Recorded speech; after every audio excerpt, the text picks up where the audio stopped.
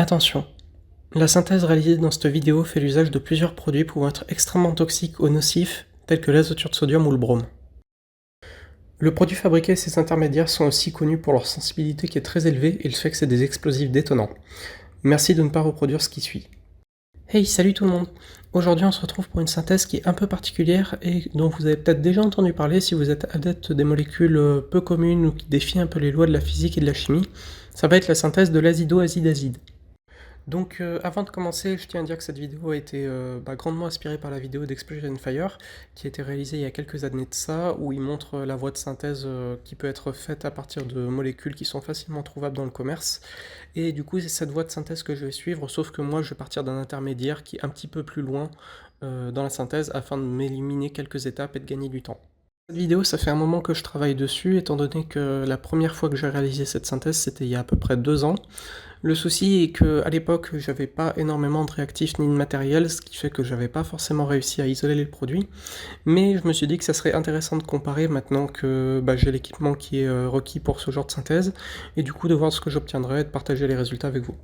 Alors, comme vous pouvez le voir sur la représentation de la structure qui est à l'écran, l'azido-azide-azide, c'est une molécule qui est assez effrayante étant donné qu'elle a seulement 2 carbones pour 14 azotes. Si on fait le calcul, ça représente tout de même un ratio de 0,14 en termes de carbone par rapport aux azotes. Et pour rappel, une molécule qui a un ratio en dessous de 1, ça veut dire qu'elle ne devrait pas être isolée ou qu'on ne devrait pas travailler avec, tandis qu'une entre 1 et 3 peut être maniée avec précaution. Par contre, quelque chose qu'on entend souvent, c'est que l'azido-azide-azide, c'est la molécule la plus sensible et la plus explosive au monde. Alors, est-ce que c'est quelque chose de vrai ou non? C'est ce que je vais essayer de démontrer dans cette vidéo. Et du coup, si on suit la même voie de synthèse que Tom sur la chaîne d'Explosion Fire, le premier réactif dont je vais avoir besoin, étant donné que je commence plus loin, ça va être le 5-aminotétrazole.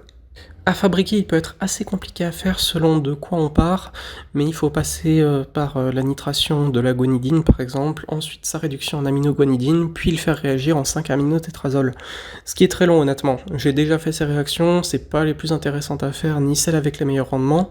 Du coup, je me suis juste dit que j'allais commander directement le produit en Chine. Maintenant qu'on a notre 5-aminotétrazole, la première réaction qu'on va faire dessus, ça va être une oxydation avec du permanganate de potassium. Cette oxydation, elle va nous donner un produit qu'on appelle le 5,5-azotétrazolate de sodium, qui, une fois isolé, va pouvoir être directement bromé avec du dibrome, afin d'obtenir du tétrabromure d'isocyanogène. Une fois qu'on aura obtenu notre dérivé bromé, on va enfin pouvoir le faire réagir avec de l'azoture de sodium directement, et avec un peu de chance, essayer d'obtenir notre produit sans que rien n'explose. Donc avant de commencer, je pense que c'est important de préciser que pour l'oxydation du 5-aminotétrazole, il faut vraiment que ça se fasse en conditions basiques, étant donné que certaines notes de littérature reportent que si c'est fait en milieu acide, la réaction peut générer de l'acide cyanhydrique qui évidemment est extrêmement toxique. Donc c'est pour ça qu'on va utiliser de la soude pour la réaction. Premièrement, on va avoir besoin de 5 g de 5-aminotétrazole, suivi de 7,5 g de permanganate de potassium, et enfin de 8,2 g d'hydroxyde de sodium. Une fois que les réactifs ont été pesés, on peut commencer à mettre en place le montage qui va consister en une plaque chauffante agitatrice, ainsi qu'un ballon à peu près de 250 ml qui va être fixé et dans lequel on va premièrement rajouter notre hydroxyde de sodium.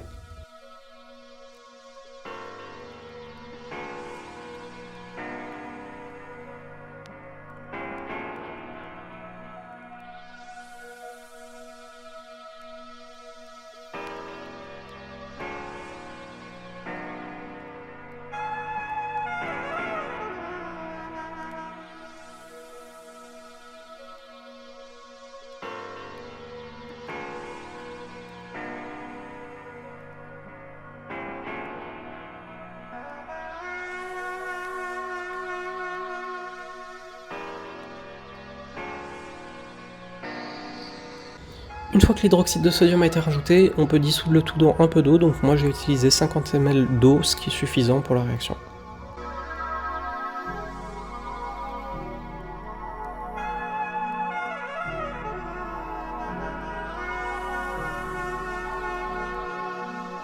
Enfin après ça, on peut rajouter donc notre 5-aminotétrazole qui va doucement se dissoudre dans la solution d'hydroxyde de sodium, et on va pouvoir mettre le mélange réactionnel sur un bain-marie à chauffer, donc à 100 degrés.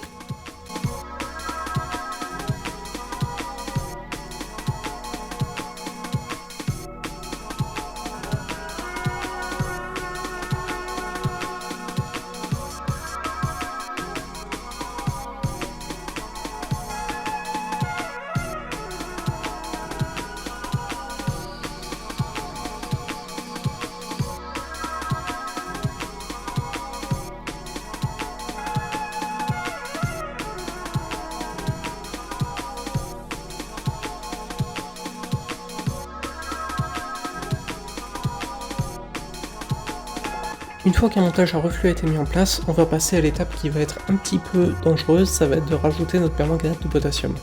Le souci ici, c'est que la réaction se fait très rapidement et génère pas mal de gaz, ce qui fait que le mélange réactionnel a tendance à beaucoup buller et malheureusement peut déborder si on va pas assez doucement. Alors de mon côté, j'ai préféré utiliser le permanganate de potassium sous forme solide étant donné que la masse était assez conséquente et que devoir le dissoudre dans l'eau, ça rajouterait un volume qui serait beaucoup trop élevé pour le ballon.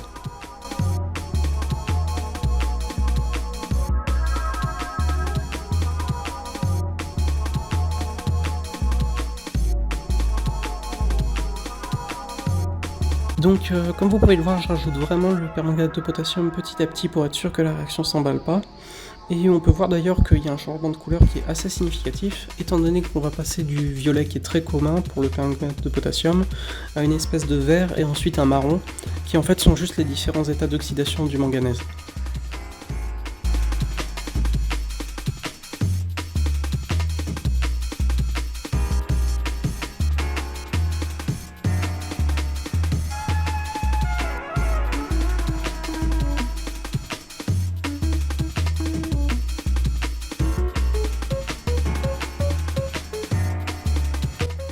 Après ça, lorsqu'on a rajouté totalement notre permanganate de potassium, on peut rincer avec un petit peu d'eau pour être sûr qu'il tombe totalement dans le ballon, et on va mettre à chauffer sous reflux, donc toujours à 100 degrés, pendant à peu près une demi-heure. À cette étape-là, une fois que le reflux est terminé, c'est possible que le mélange réactionnel soit encore coloré, soit violet, soit vert, ce qui veut dire que tous les ions manganèse n'ont pas forcément été réduits pendant la réaction. Pour être sûr de complètement les éliminer et du coup pouvoir filtrer le dioxyde de manganèse formé, on va rajouter un petit peu d'éthanol qui va être oxydé et du coup réduire en contrepartie les ions manganèse qui restent. Une fois qu'on a neutralisé donc ces ions manganèse en excès, on va pouvoir filtrer notre mélange réactionnel et retirer le précipité de dioxyde de manganèse qui s'est formé. Moi j'ai décidé de le faire par gravité parce que j'avais pas forcément envie de salir un frité, étant donné que j'en avais pas vraiment beaucoup de disponibles à ce moment-là, mais je vous conseille tout de même d'utiliser un moyen un peu plus rapide pour éviter que notre produit cristallise littéralement dans le filtre.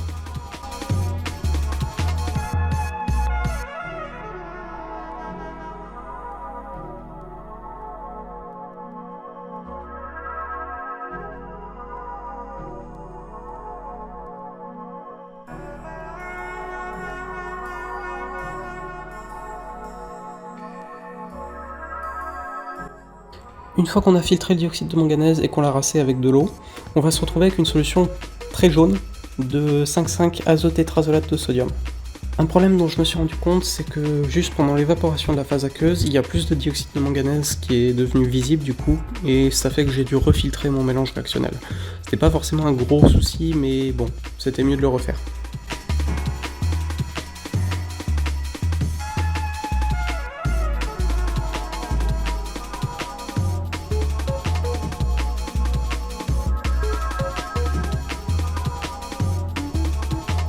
Donc maintenant la seule chose qui nous reste à faire, c'est d'évaporer notre solution aqueuse de notre produit afin de pouvoir obtenir des cristaux et du coup pouvoir l'isoler plus facilement. Alors par chance, le produit qu'on a formé n'est pas extrêmement soluble dans l'eau, ce qui fait qu'une fois qu'on a évaporé les bons 3/4 de notre volume, il devrait commencer par cristalliser. Faut juste garder en tête que même s'il est sous forme de solution aqueuse, ici on travaille avec un explosif, donc il ne faut surtout pas évaporer à sec, sinon on risque de se retrouver avec un léger souci.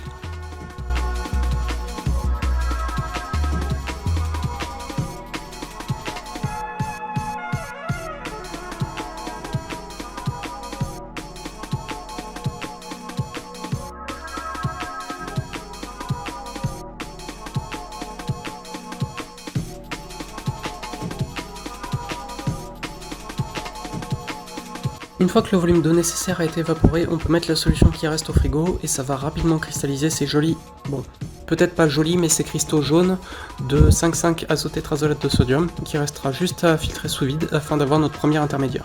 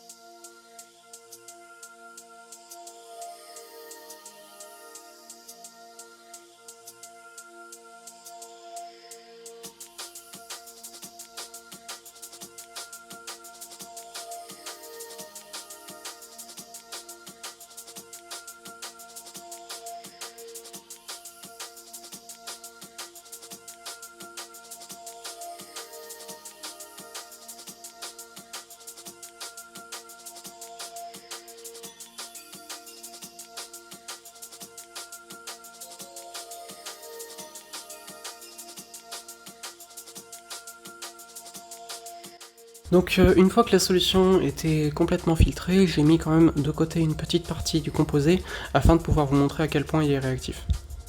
Même si le produit reste pas trop sensible, c'est toujours mieux de garder en tête qu'il faut travailler avec des produits humides vu que ça réduit encore plus leur sensibilité, ce qui fait qu'une fois que j'ai totalement filtré mon produit, j'ai remis un petit peu d'eau avec, histoire de le garder plus ou moins stabilisé.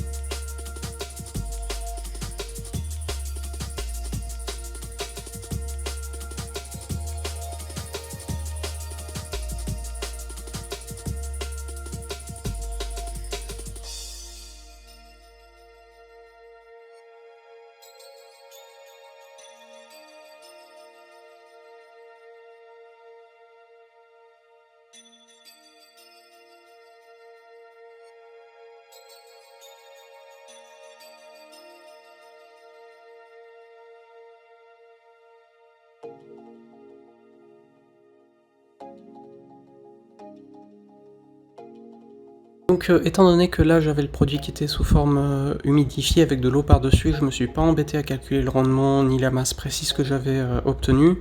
J'ai juste fait avec une approximation de ce qui était censé être obtenu sur le protocole pour le reste de la synthèse. On peut d'ailleurs voir ici un test que j'avais fait avec un cristal sec pour voir l'effet que ça avait sur le papier d'aluminium, et bah ça l'a littéralement déchiré, ce qui montre bien que c'est un explosif détonnant avec une vitesse de détonation qui est très élevée. Donc après qu'on a obtenu notre intermédiaire, on peut directement passer à l'étape suivante qui va être de dissoudre donc une équivalence de notre 5,5 azotétrazolate de sodium dans un volume approximatif d'eau. Moi j'en ai utilisé à peu près 100 ml, et par-dessus ça on va venir rajouter 8 équivalents de dibrome, puis on va mettre à agiter pendant quelques minutes histoire que ce soit complètement mélangé. La réaction ici semble pas exothermique et j'ai fait l'ajout à température ambiante. Une fois que ça a été rajouté, cependant, il faut mettre sur bain-marie et commencer la chauffe du coup à ébullition. Pour être sûr d'éviter l'évaporation de beaucoup trop de vapeur de brome, j'ai du coup utilisé de l'eau qui était très froide et un réfrigérant qui était efficace pour ça. Et on va laisser chauffer pendant à peu près 1 heure, puis après il y aura la purification du coup de ce produit.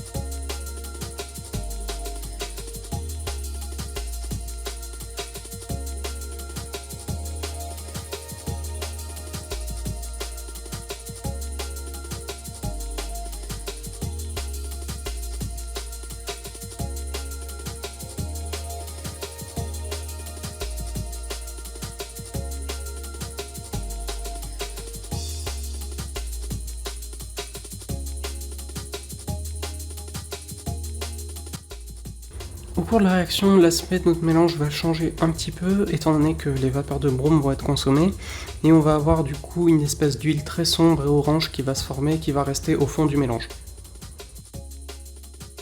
Dès que la chauffe était terminée, du coup j'ai juste mis mon aspiration histoire de retirer les vapeurs de brome qui étaient en excès, et après pour pouvoir purifier le produit, il faut juste faire une hydrodistillation.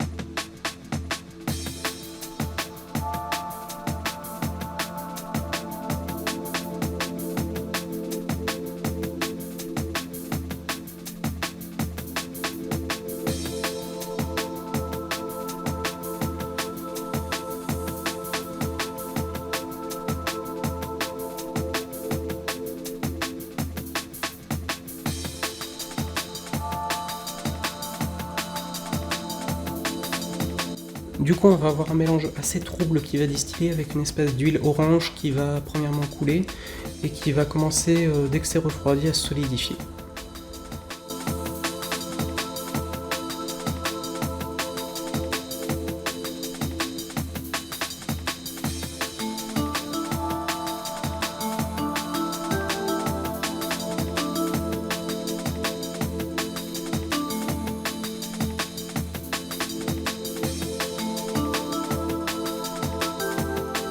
Après que ça a été assez refroidi, il nous reste juste à filtrer le tout sur un papier filtre par gravité, et du coup on se retrouve avec notre second intermédiaire qui, bien que encore un peu brut, est plus pur que dans le mélange réactionnel.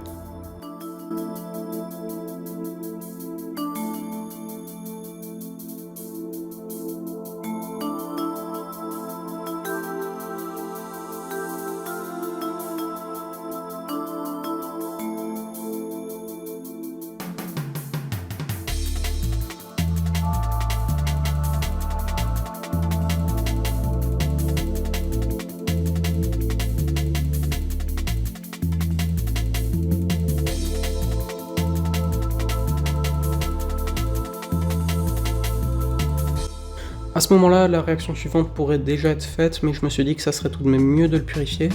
Donc en suivant la procédure que j'avais sous la main, j'ai décidé de dissoudre le tout dans un petit peu d'acide acétique et de le recristalliser plus ou moins de cette manière. Cependant, je me suis rendu compte en fait que juste dissoudre dans de l'acide acétique glacial et le laisser refroidir n'était pas suffisant pour la purification, et en fait en rajoutant un petit peu d'eau, on faisait cracher le produit en dehors de la solution, et il était bien assez pur pour le reste de la réaction, vu qu'on peut voir que la couleur orange a disparu à ce moment-là.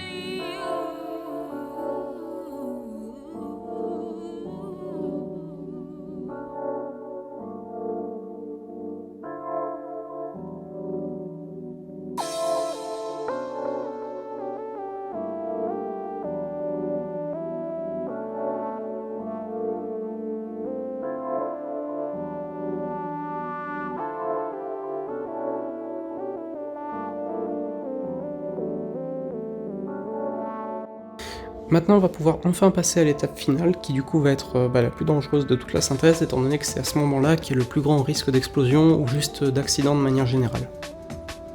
Pour rappel, le produit qu'on va fabriquer est connu comme étant extrêmement sensible, et par-dessus ça, un des réactifs qu'on utilise c'est l'azoture de sodium, qui a une toxicité qui est plus ou moins comparable au cyanure, sauf qu'il n'y a pas d'antidote pour, donc ouais c'est bien. Une chose qui selon moi est très importante à préciser à ce moment-là, c'est la raison pour laquelle j'ai seulement utilisé des contenants qui étaient faits en plastique et non pas en verre. Tout simplement parce qu'en cas d'explosion, on a envie de limiter la formation donc de bris de verre et de shrapnel, qui seraient bien plus dangereux que s'ils étaient seulement faits en plastique. C'est pas forcément grave dans le cas d'une réaction comme celle-ci, étant donné qu'elle se fait à froid, il n'y a pas de chauffe ou de reflux, ni de produits qui sont extrêmement réactifs, donc ça pose pas de soucis. Donc en premier, on va mettre en place un bain de glace dans lequel on va pouvoir mettre le contenant de notre mélange réactionnel, et dans ce contenant-là, on va faire buller, que ce soit de l'argon ou de l'azote, un gaz qui va permettre d'inerter entièrement le contenant réactionnel.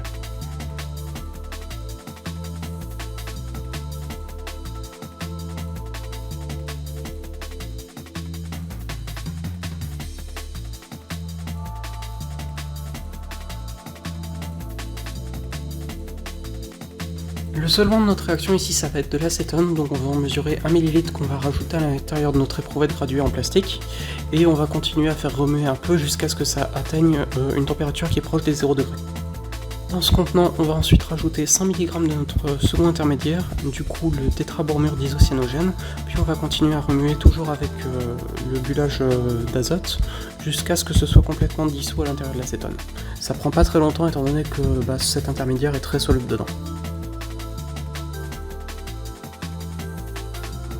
A côté de ça, en attendant, on peut préparer la solution de notre second réactif du coup qui va être l'azoture de sodium, en mesurant en premier un demi-millilitre d'eau qu'on va rajouter dans une éprouvette, puis en rajoutant 100 mg d'azoture de sodium dedans. On va mettre le tout à refroidir pour que ça atteigne aussi 0 degré. Ici, on peut noter par exemple que j'ai utilisé un léger excès d'azoture de sodium, c'est pour être sûr que l'entièreté de notre tétrabromure d'isocyanogène réagisse en fait.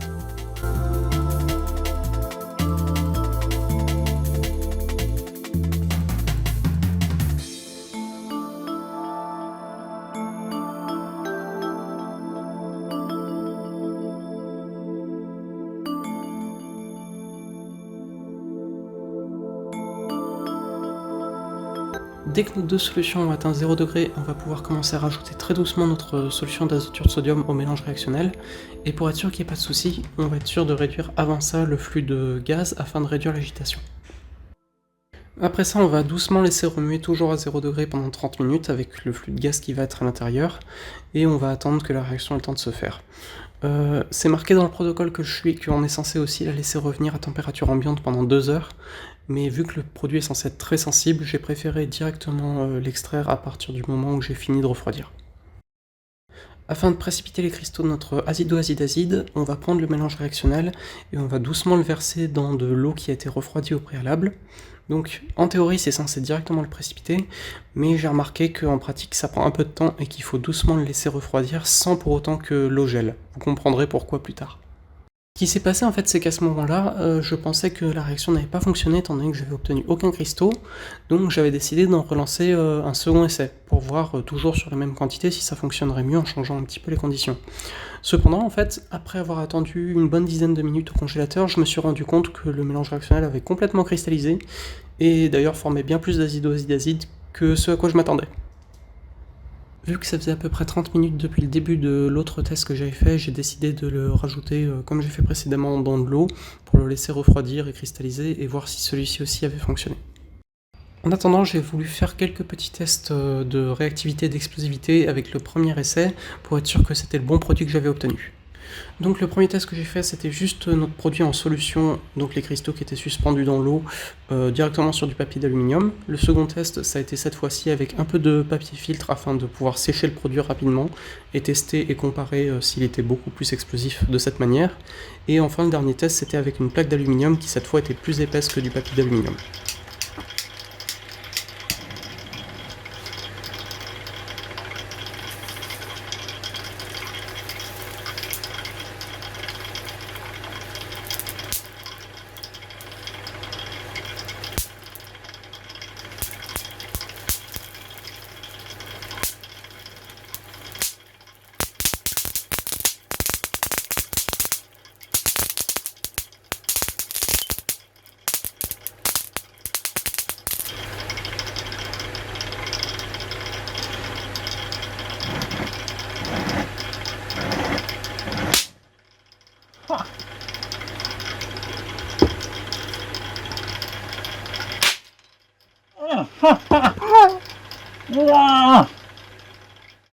Bien qu'on n'en ait pas forcément l'impression ici, en fait les explosions qui ont été générées étaient bien plus fortes que ce dont je me souvenais, et que même ce à quoi on pourrait s'attendre de manière générale.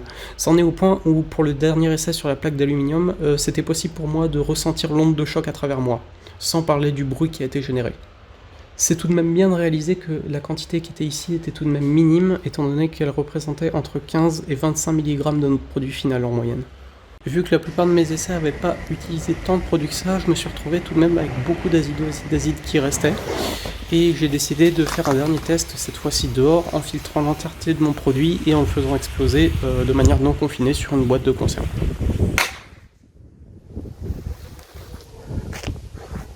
Du coup, comme on peut le voir, le papier a complètement été oblitéré de la boîte de conserve. Cependant, j'ai pas vraiment remarqué beaucoup de déformations en plus de celles que j'avais fait pour que le papier tienne dessus. Probablement dû au fait que le produit était juste pas confiné en fait. La chose qui s'est passée en fait à ce moment-là, c'est que je me suis rendu compte que j'avais mon deuxième essai qui était toujours en train de refroidir, donc je me suis dit que ça serait peut-être une bonne idée de voir si j'ai quelque chose ou pas qui est cristallisé. Et en commençant à marcher vers le laboratoire, j'ai entendu une explosion provenant du congélateur. Ok, je vois le genre.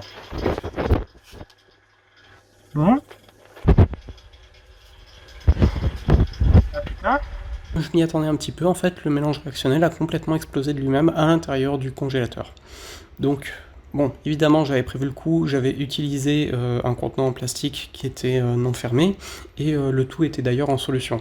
Mais ça reste assez impressionnant de voir que seulement 100 mg de notre produit ont fait un tel trou à l'intérieur de la paroi du congélateur. Bon, bien sûr, aucun des autres produits que j'avais autour était vraiment dangereux ou aurait pu réagir avec, et je me suis juste contenté de nettoyer le tout et du coup de remettre le congélateur en ordre. Donc voilà, je pense que c'était l'ensemble de ce que je vais vous montrer sur cette vidéo. En tout cas, on peut dire que oui, l'azido-azide est une molécule qui est extrêmement sensible et très explosive. Est-ce que c'est la plus sensible au monde?